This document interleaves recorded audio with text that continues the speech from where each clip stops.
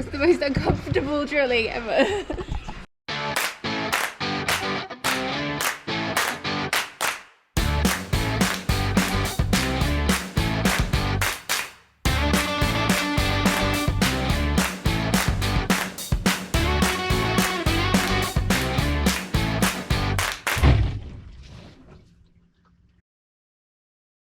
I'm Max and this is Sophie, and welcome once again back to our van build.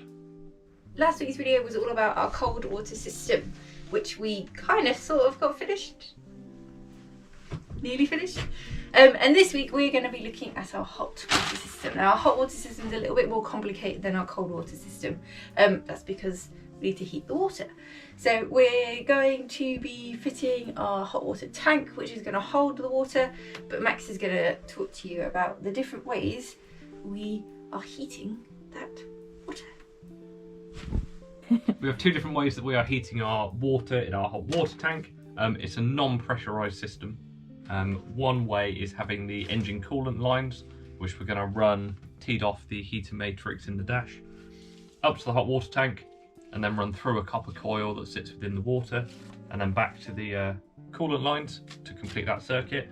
And the other way is similar. We're going to come out of our hot water tank with a small 12-volt pump and run to our Bobil Heater, which is a heat exchanger that sits in front of our diesel heater outlet, and that heats water and then puts it back into the hot water tank. We can use them separately at the same time, whatever we want to do. Obviously the diesel heater one will probably run when we're not running, and the engine coolant line is one we are pulling up. We know we're going to stop in the next kind of half an hour or so. We can turn that on for a bit and heat the tank up to a specified temperature. So we're going to look at installing all that now. So we've just temporarily taken out this side of the kitchen unit, the one that houses our oven and our sink. Because we are going to work out this plumbing section that's going to sit at the back of the cupboard under the sink here. It's just easier to do that from behind when it's not in the van. So we're going to look at adding our pump, accumulator, water filter. So that's already back there. So we'll still be able to access it if we need it for any servicing reasons, but it will be, built in, and we'll access it from the front from then on. So before we do any more of our plumbing in our kitchen unit, we are going to fit our bin caddy. That's because that's a fixed size and we don't want to take up any room that needs with some random pipe. So we can fit the pipe around the caddy. So that's what's happening now. So the next step we are moving on to, now we've finished our cold end of the system, is our hot tank, which is what this is. It's a 25? I don't actually know, yeah. It's a medium, small size tank that we're using for our hot water, but we'll get onto quite how that's working shortly. This is the cold inlet that will come into this point. We've got this 24-volt solenoid valve, which will be connected to a switch, so we don't have to dig to the back of the cupboard to fill this tank up. And so we don't overfill it, because it's not a pressurized system. We have a float valve on the inside that you can see there, hopefully. So if the water's not full, we can open the solenoid valve. It's a normally closed valve.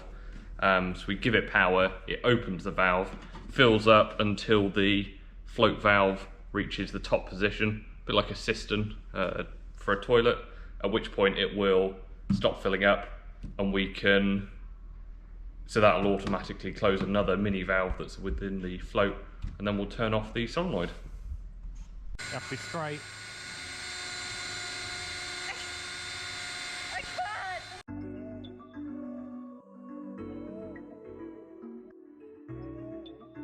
It's the most uncomfortable drilling ever.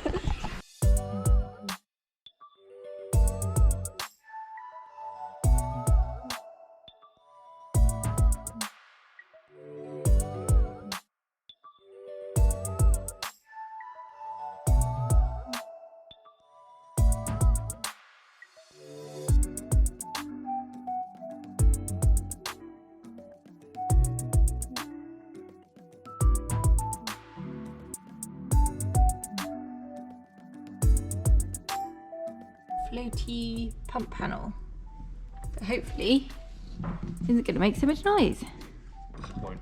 And does the filter still fit? If it doesn't, I might need to space it out ever so slightly.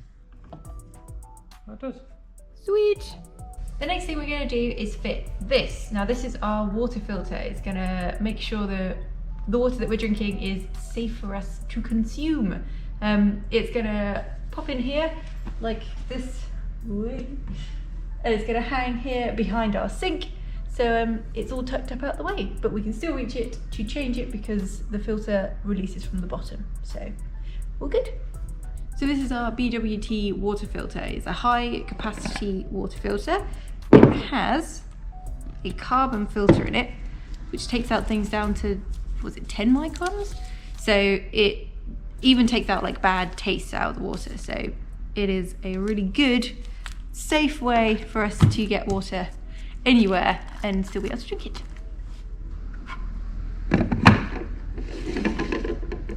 Am I saying anything else?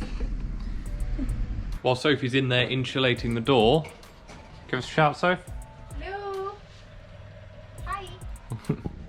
I am gonna look at our Bobil heater system, and the main bit we are doing today is the connections from the tank that's going to be the hot tank, which will then feed out to the Bobil heater, heat the water, and then go back in.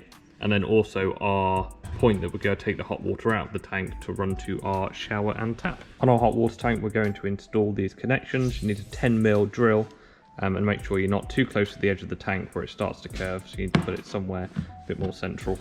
We're putting the inlet and outlet for our Bobil heater at the bottom of our tank, and then slightly higher we're going to put the outlet to the water feed for hot water through to our sink and to our shower, because the pump for the Bobil heater can't run dry, so it has to be ever so slightly higher.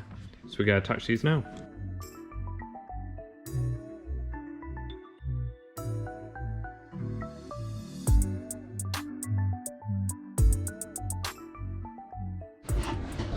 So there, right at the end, is that first connector we've put in.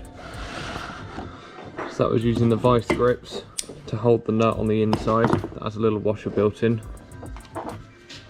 Screwing in the barb from the outside until it was fairly tight, and then getting the socket set on that second nut on the outside and fully tightening it up so the two are locked together and holding it in place. Hopefully, fingers crossed, creating a nice watertight seal.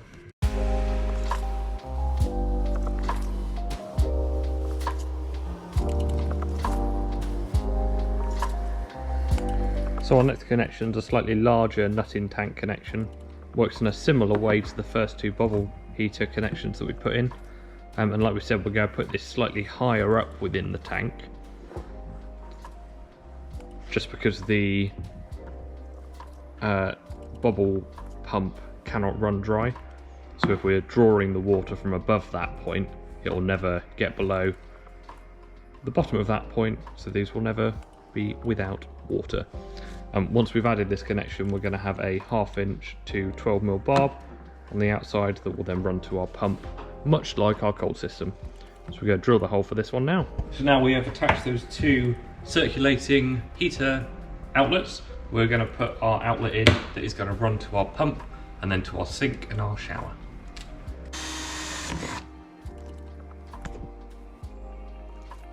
Spaghetti.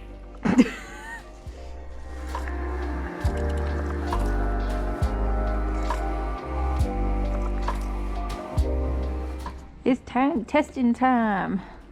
Before we get too carried away, we're just going to put a bit of water in to check these connections we've done are actually going to work. Yeah, let's hope these don't leak. Kettle of water. Loops of pipe.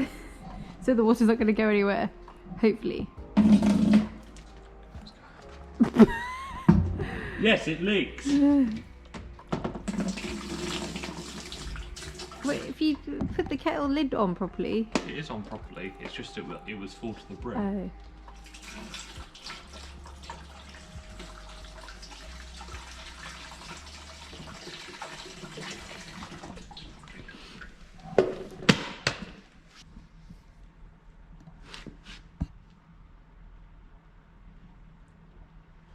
Oh, that's leaking, isn't it? No, only your bit of pipe. No. Where's it coming from though? No, it's coming from here. Oh. Sure? I think so. So it looks like it leaked, but it didn't. That was just me. Now the cold water's done, we're moving on to the hot water. So this panel here, we did fit. It's now coming back out again. So we can get our pumps and our accumulator attached to that. Oh, by filter. So this is going to be a little version of this one in here.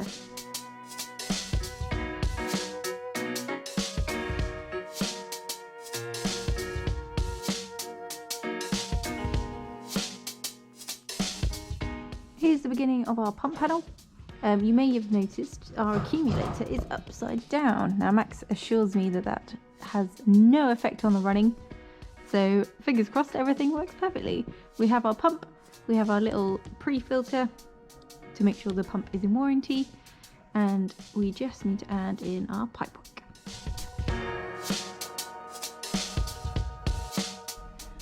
My mug from one of my students. Thanks kids. It's now a VANLIFE mug. So similarly to our, is that a word? Yeah. So similarly to our cold pump panel, we are heating up a bit of pipe, so it's nice and flexible. So when we put the connection on, alongside the Jubilee clip, it pushes on nice and easily. Pushes on really nicely.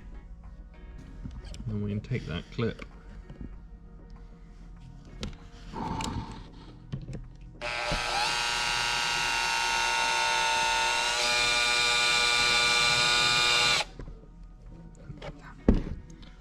Very nice. So this is kind of how it's going to look like in the van. Do you want to explain where it goes? So it sits about here in relation to the tank, and our outlet from the hot water in the hot tank comes into here, into the filter, then into the pump, then into the accumulator, and then out it tees off to our kitchen sink tap, which is about here, and then continues on for the hot feed for the shower. Go take small showers. Be fine. Let's go put it in the van.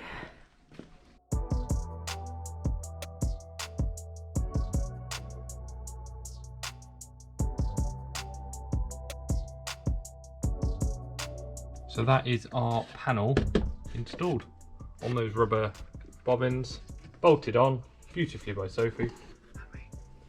All ready to go. So it's quite clever because of these rubber bobbins that we used. You saw us using them in our first pump panel as well. But they wobble around, so hopefully you will take out the vibrations away from the pump so that it isn't as loud. Obviously we'll be able to hear something, but yeah. Oh, hello. We're trying to remove as much noise as possible. What's next?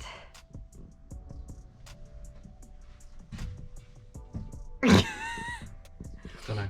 Okay, we're at that stage where we end up with, like, you want to do something, but you have to do like 5 other things before you can do that one thing. So before we finish the hot water, we need to make sure this is fixed in place in the van, because right now it's just moving around all over the place. So yeah. Oh, are you pretending to be me? Consuelo banana hammock.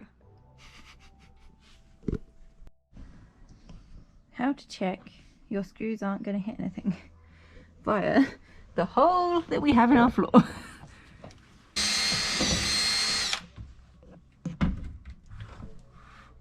So this is now screwed in to the floor of our van. It is not going anywhere, so that is good. We now need to put a little chock in to attach to the wall of the van as well. Show us your chock. Ooh, double chock. Double chock.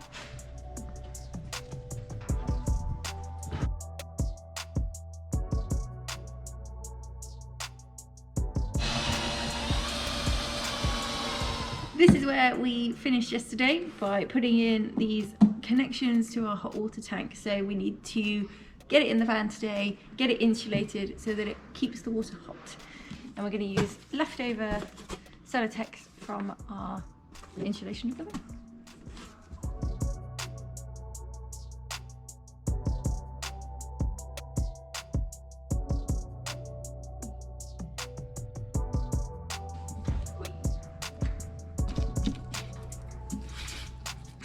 Nice.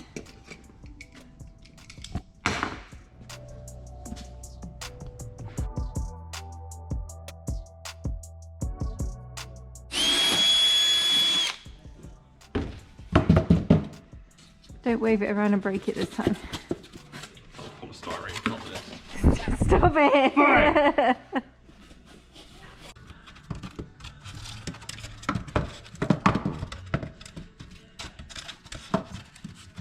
No. So close, yet so far away.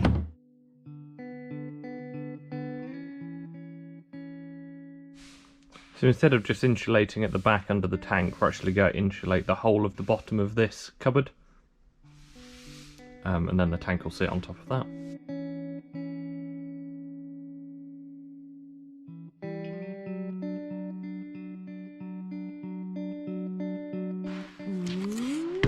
Ooh.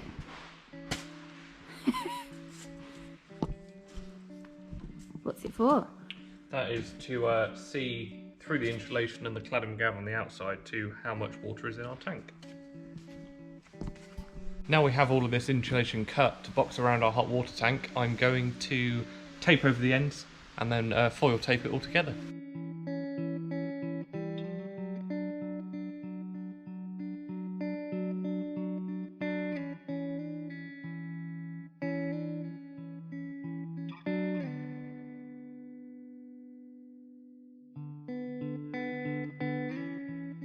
Sophie is 1,000 times better at this insulating tape stuff than me. Carnage. Just patchwork everywhere. Next step is to put these two top pieces on. I've just put one in there and taped it in place. Then we need to put the other one on. And then we're fully covered.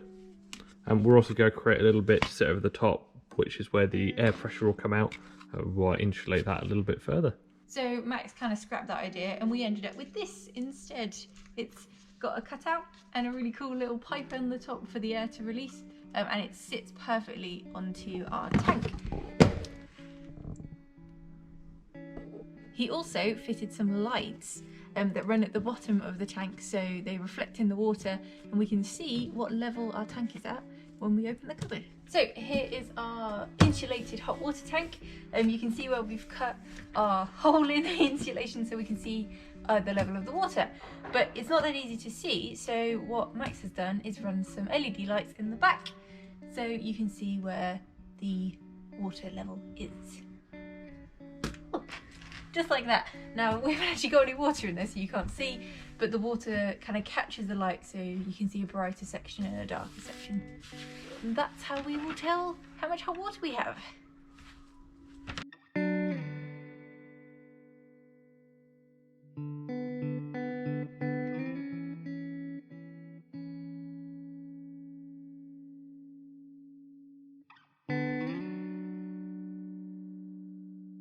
So we've just attached our hot pipe from our tank up to our filter, pump and accumulator.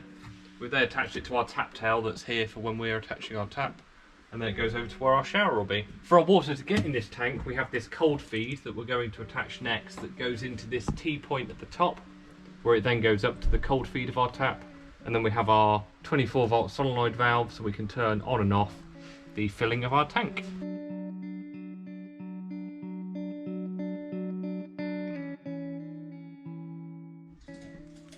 We're trying to ply this cupboard, so we've insulated at the bottom and insulated our hot water tank, and now we're plying out the interior, but Max needs to somehow get the hole that he's made in the tank with his lights to transfer onto this piece of wood.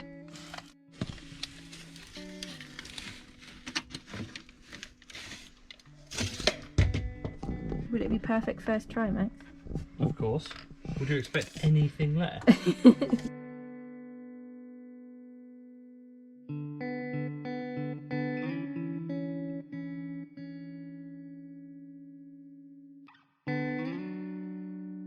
I'm not hopeful.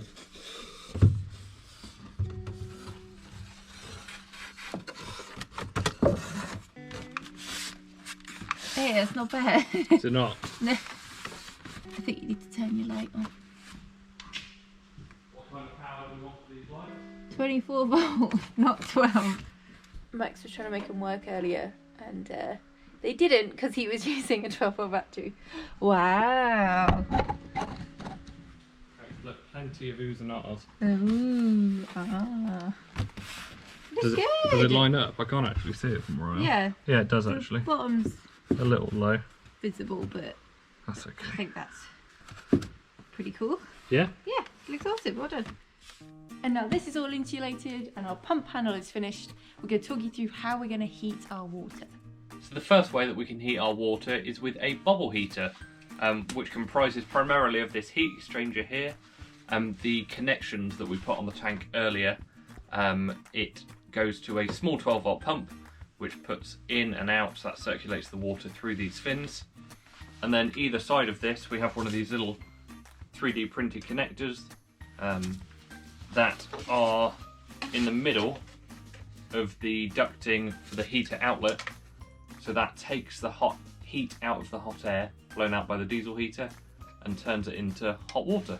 But we're going to install that under our van with our diesel heater, so you'll see that when we get onto that bit.